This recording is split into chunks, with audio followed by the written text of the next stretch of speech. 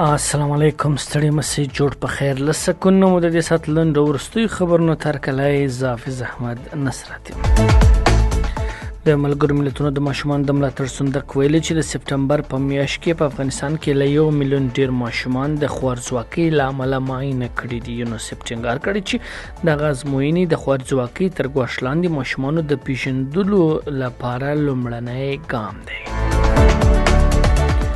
د مالیې وزارت د ګمرکونو او عوایدو مرستیال عبدالمتین سید له شمېر ملي سوداګرو سره کتلي دي. د مالیې وزارت د مطبوعاتي دفتر د معلوماتو له مخې په دې کتنه کې سوداګریزو توکو پر ګمرکي تعرفې د کورني تولیداتو د صادرولو په برخه کې د لازم اسانتیاو برابرولو له اړوندو ادارو سره د سوداګریزو پرشته ستونزو حل لارو او نور موضوعاتو خبرې او پړی لازمي پریکړې شوې دي.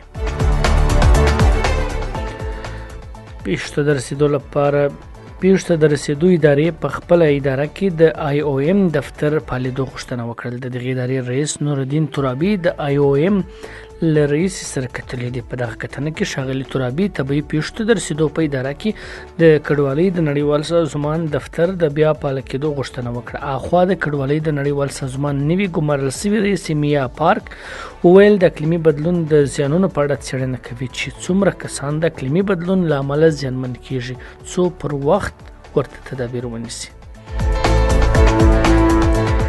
کویت د افغانستان د بشري مرستو له صندوق سره $500,000 مرسته وکړه. د ملګرو ملتونو د بشري مرستو همغږۍ دفتر یا اوچا پر ایکس لیکي چې دا مرسته به د بیړنیو او ژوند ژغورونکو اقداماتو لپاره وکارول شي څو په هیواد کې تر ټولو زیانمنو خلکو سره مرسته وشي. د اوچا په وینا دا مرسته د 2024 کال لپاره ځانګړې شوې او دا به په روان کال کې د کویت لومړۍ مرسته ده.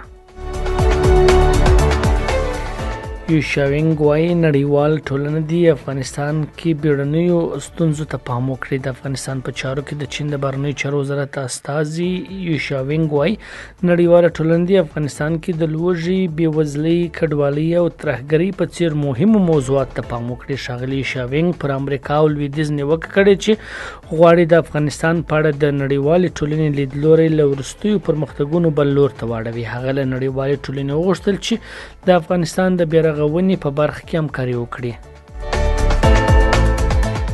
دا له سکون نه د دې سات لاندې وروستي او مهم خبرونه زموږ رواني خپرونې واورئ. له سکون راډیو سره اوسئ.